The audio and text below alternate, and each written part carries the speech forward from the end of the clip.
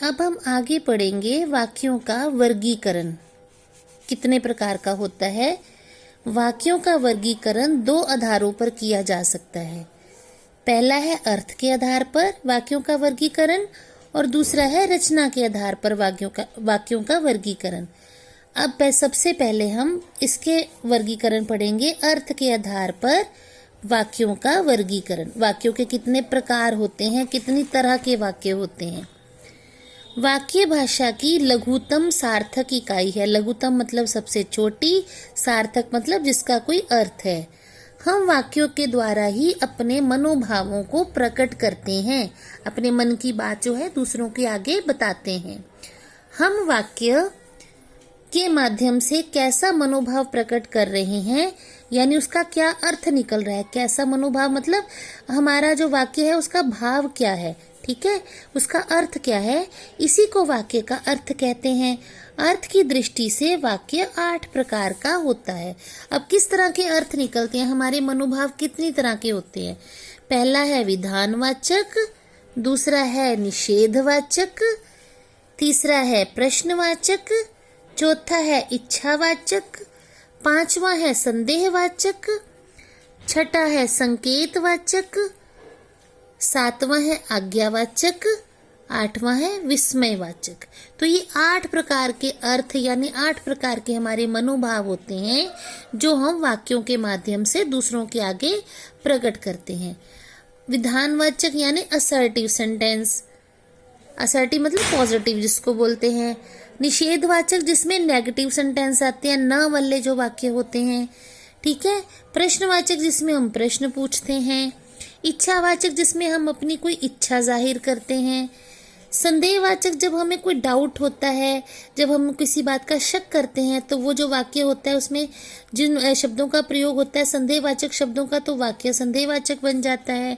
संकेतवाचक जब हम किसी की तरफ संकेत करके किसी दूसरी बात को बताने के लिए शब्दों का प्रयोग करते हैं तो संकेतवाचक वाक्य। जब हम किसी से आज्ञा लेते हैं, ठीक है, तो वो आज्ञा लेने वाला वाक्य आज्ञावाचक वाक्य होएगा। विस्मयवाचक जब हम अपने सडन एक्सप्रेशंस जैसे कहते हैं कि अचानक से जो मन में भाव उठते हैं उसको हम प्रयोग करते हैं तो वो विस्मयवाचक आते हैं, ठीक है। तो हम इनको अब पढ़ते हैं कि इनको कैसे कैसे इनकी परिभाषाएं और उन कैसे वाक्यों का हम प्रयोग करते हैं। सबसे पहले है विधानवाचक, ठीक है, जिन वाक्यों में क्रिया के करने अथवा होने की दशा का बोध कराने वाला सामान्य कथन हो, यानी सीधा जो क्रिया हुई है उसी क्रिया को हमने सीधा ही कह दिया। साधारण वाक्य उसे विधानवाचक वाक्य कहते हैं। जैसे हम कोई स्टेटमेंट देते हैं, कोई बात कहते हैं, सूर्य पूर्व से निकलता है, हमने एक बात कही सामान्य सी, मोहन पतंग उड़ा रहा है, ये सीधे वाक्य हैं, ठीक है, इसमें कोई एक्सप्रेशंस नहीं है। तो ये कौन से हो गए, विधानवाचक वाक्य। दूसरा है निषेधवाचक। निषेध का अर्थ होता है मनाही, मना करना, ठीक है। जिन वाक्यों में क्रिया के न होने या न करने का बोध हो, यानी क्रिया नहीं करनी है अथवा निषेध प्रकट हो, उसे निषेधावाचक या नकारात्मक वाक्य कहते हैं। जैसे मैं चल नहीं सकती, यहाँ चलने की क्रिया नहीं हो रही है, ये बुढ़िया औरत है जो चलने से परेशान हो रही है, वो कह रही है कि मैं चल नहीं सकती, यानी मैं चलने की क्रिया नहीं कर सकती।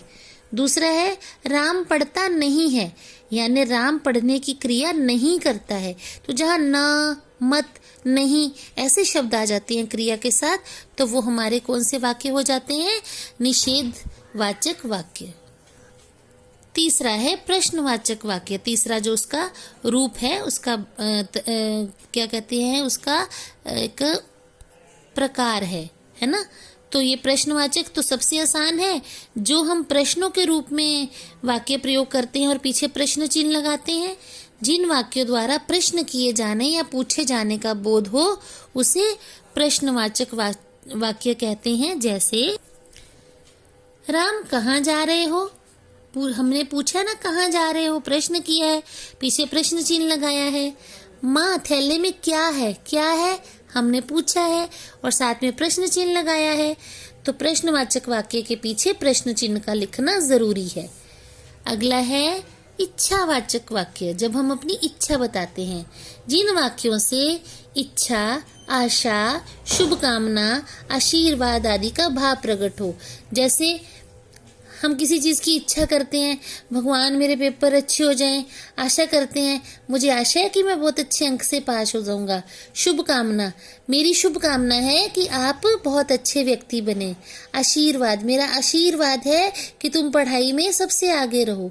तो ये हमारी इच्छाएं हैं ना, इनका भाव प्रकट होता है जब, तो वो इच्छावाचक वाक्य कहलाते हैं। जैसे पुत्र चिरंजीवी रहो, ये आशीर्वाद दे रहे हैं, इसमें आशीर्वाद देने की इच्छा है ताकि वो लंबी उम्र भोगे, दीर्घायु हो।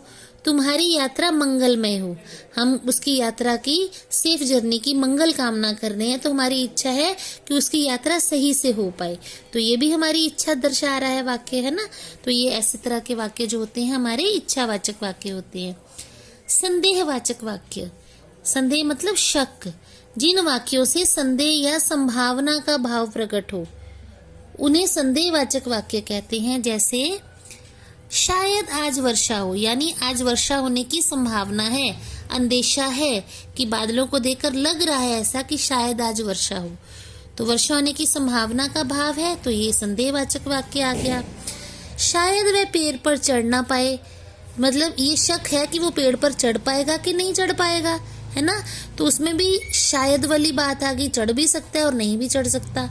तो जहाँ पे संदेह की बात हो, संभावना की बात हो और शायद शब्दों का प्रयोग हो सकता है शब्दों का प्रयोग हो, तो वो वाक्य संदेहवाचक वाक्य कहलाते हैं। अगला है संकेतवाचक वाक्य। जैसे हमने शब्द से ही पता चल रहा है, संकेत यानी इशारा। जिन वाक्यों में क्रिया का होना, एक क्रिया का होना दूसरी क्रिया पर निर्भर करता है या जिनसे शर्त का बोध हो, उसे संकेतवाचक वाक्य कहते हैं। जैसे सूरज निकलता तो कपड़े जल्दी सूख जाते, यानी एक क्रिया दूसरी क्रिया पे निर्भर है। कपड़ों का जल्दी सूखना किस पर निर्भर कर रहा है? सूरज के निकलने पर। ठीक है, बारिश में नहीं सूखते ना कपड़े, सूरज निकलता है तो सूखते हैं। वर्षा होती तो फसल अच्छी होती, इसमें भी फसल अच्छी होने की जो क्रिया है वो पहली बात पर निर्भर हो रही है, वर्षा के होने पर। वर्षा के होने की क्रिया पर फसल अच्छी होना निर्भर करता है। तो जब एक क्रिया का होना दूसरी क्रिया पर निर्भर करता हो या जिसमें शर्त का बोध हो कि अगर ऐसा होता तो ऐसा हो जाता, तुम परिश्रम करते तो अच्छे नंबर ले पाते, है ना। इस तरह के वाक्य संकेतवाचक वाक्य कहलाते हैं कि उसमें एक क्रिया इशारा करती है कि पहली क्रिया होगी तभी दूसरी क्रिया हो पाएगी।